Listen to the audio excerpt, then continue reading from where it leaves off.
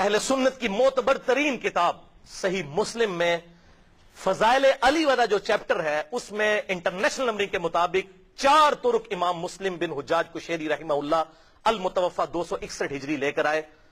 6225 6226 6227 6228 4 طرق غدیر قم کی حدیث کے. یہ آپ صلی اللہ علیہ وسلم کا خطبہ ہے جو حجۃ الوداع کے بھی بعد کا خطبہ ہے. اس کے جسٹ 2.5 سے 3 مہینے کے بعد آپ صلی اللہ علیہ وسلم دنیا سے تشریف لے گئے.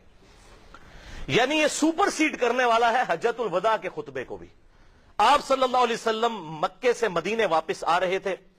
18 ذوالحجہ کو آپ صلی اللہ علیہ وسلم نے قم نامی گاؤں میں پڑاؤ کیا. مکے اور مدینے کے درمیان ایک جگہ, صحیح مسلم کا میں نے حوالہ دے دیا, اہل تشیع کے ہاں بھی حدیث موجود ہے, غدیر قم کی حدیث.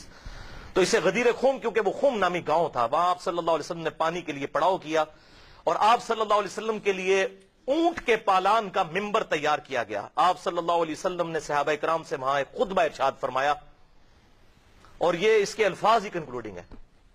اے لوگو آگاہ ہو جاؤ, میں بھی ایک انسان ہوں. قریب ہے کہ اللہ کا قاصد یعنی موت کا فرشتہ میرے پاس آئے اور میں اس کی دعوت قبول کر لوں. میں اپنے بعد تم میں 2 بھاری چیزیں چھوڑ کر جا رہا ہوں. ان میں سے پہلی چیز اللہ کی کتاب ہے, اس میں ہدایت ہے, اس میں نور ہے. تم اللہ کی کتاب کو پکڑو, اپنا تعلق اللہ کی کتاب کے ساتھ مضبوط کرو. اللہ کی کتاب اللہ کی رسی ہے, جو اسے پکڑے گا ہدایت پر ہوگا, جو چھوڑ دے گا گمراہ ہو جائے گا.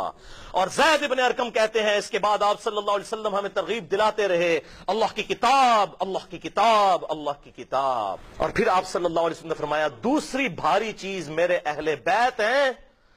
میں اپنے اہل بیت کے بارے میں تمہیں اللہ کا خوف دلاتا ہوں. میں اپنے اہل بیت کے بارے میں تمہیں اللہ کا خوف دلاتا ہوں. میں اپنے اہل بیت کے بارے میں تمہیں اللہ کا خوف دلاتا ہوں. لیکن امت نہیں ڈری. 3 دفعہ آپ نے فرمایا. آپ کو یہ غیبی خبر دی جا چکی تھی کہ آپ کی امت آپ کی وفات کے بعد اہل بیت کے ساتھ برا سلوک کرے گی. یہی حدیث باقی بکس میں اس سے بھی آگے چلتی ہے. صحیح مسلم میں تو یہاں تک ہے.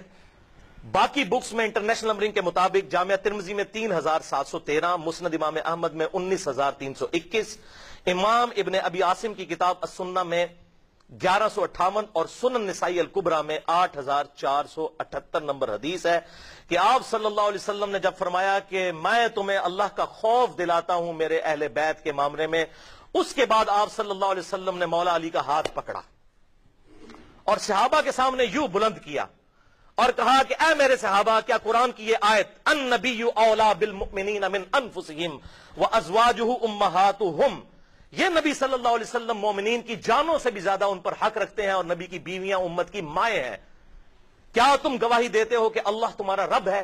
سب نے کہا بلا یا رسول اللہ, کیوں نہیں یا رسول اللہ. پھر آپ صلی اللہ علیہ وسلم نے فرمایا کیا اس آیت کے تحت تم اللہ اور اس کے رسول کو سب سے بڑھ کر محبوب رکھتے ہو؟ سب نے کہا یا رسول اللہ کیوں نہیں.